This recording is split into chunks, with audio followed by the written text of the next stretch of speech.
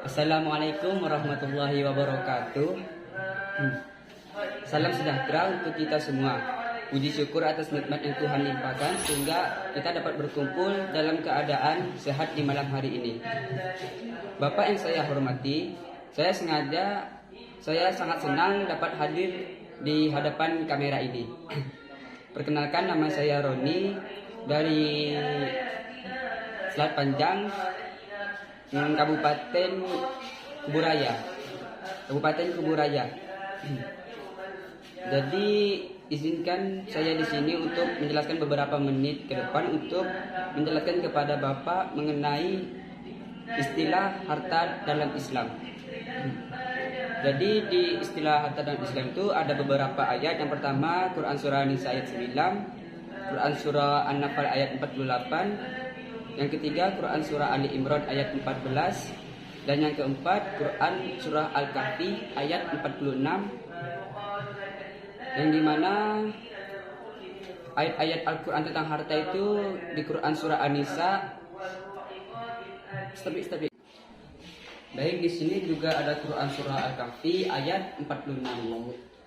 Bismillahirrahmanirrahim. Al-malu wal banuna zinatul hayatid dunya wal baqiyatus salihatu khairun inda rabbika thawaban wa khairun amala. Jadi yang artinya harta dan anak-anak adalah perhiasan kehidupan dunia, tetapi amal kebajikan yang terus-menerus adalah lebih baik pahalanya di sisi Tuhanmu serta lebih baik untuk menjadi harapan.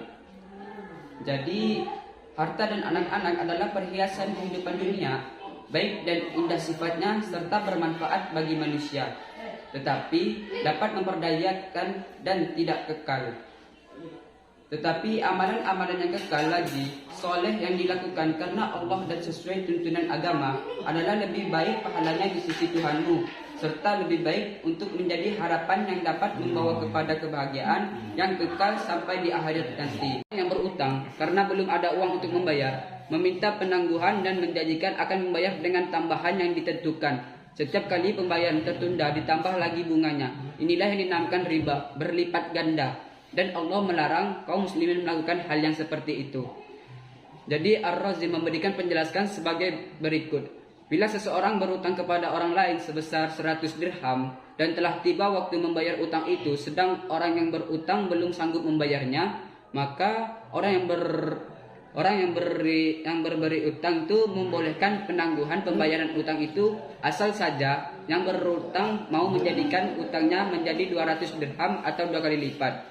Kemudian apabila tiba waktu pembayaran tersebut dan yang berutang belum juga sanggup membayarnya, maka pembayaran itu dapat ditangguhkan dengan ketentuan utangnya, dilipat gandakan lagi, demikianlah seterusnya sehingga utang menjadi bertumpuk-tumpuk.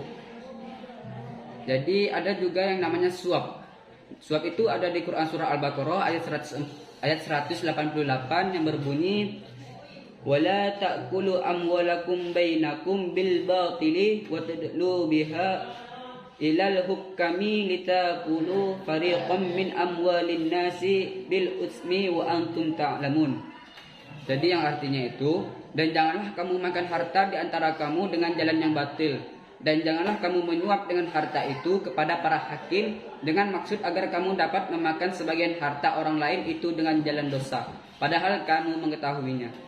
Diharamkan atas kalian makan harta orang lain secara tidak benar. Dan di mana ada Quran surah An-Nisa ayat 9. Bismillahirrahmanirrahim. Wal yakhshal ladzina law taraku min khalfihim dzurriyyatan di'afan khafu 'alaihim falyattaqullaha wal yaqulu qawlan sadida. Jadi di situ ada artinya, dan hendaklah takut kepada Allah orang-orang yang sekiranya mereka meninggalkan keturunan yang lemah di belakang mereka, dan mereka khawatir terhadap kesejahteraannya. Oleh sebab itu, hendaklah mereka bertakwa kepada Allah Subhanahu wa taala, dan hendaklah mereka berbicara dengan tutur kata yang benar. Jadi Mujahid radhiyallahu anhu menjelaskan bahwa ayat ini diturunkan berkenaan dengan permintaan Sa'ad bin Abi Waqqas radhiyallahu anhu. yang suatu saat sedang sakit keras kepada Rasulullah Shallallahu Alaihi Wasallam kala Rasulullah Shallallahu Alaihi Wasallam sedang datang menjenguk Sa'ad radhiyallahu anhu berkata, wahai Rasulullah, aku tidak memiliki ahli waris kecuali orang anak perempuan. Aku boleh menginfakkan 2/3 dari hartaku? Tidak boleh, jawab Rasulullah. Separuh, ya Rasulullah. Tidak, jawab ya Rasulullah.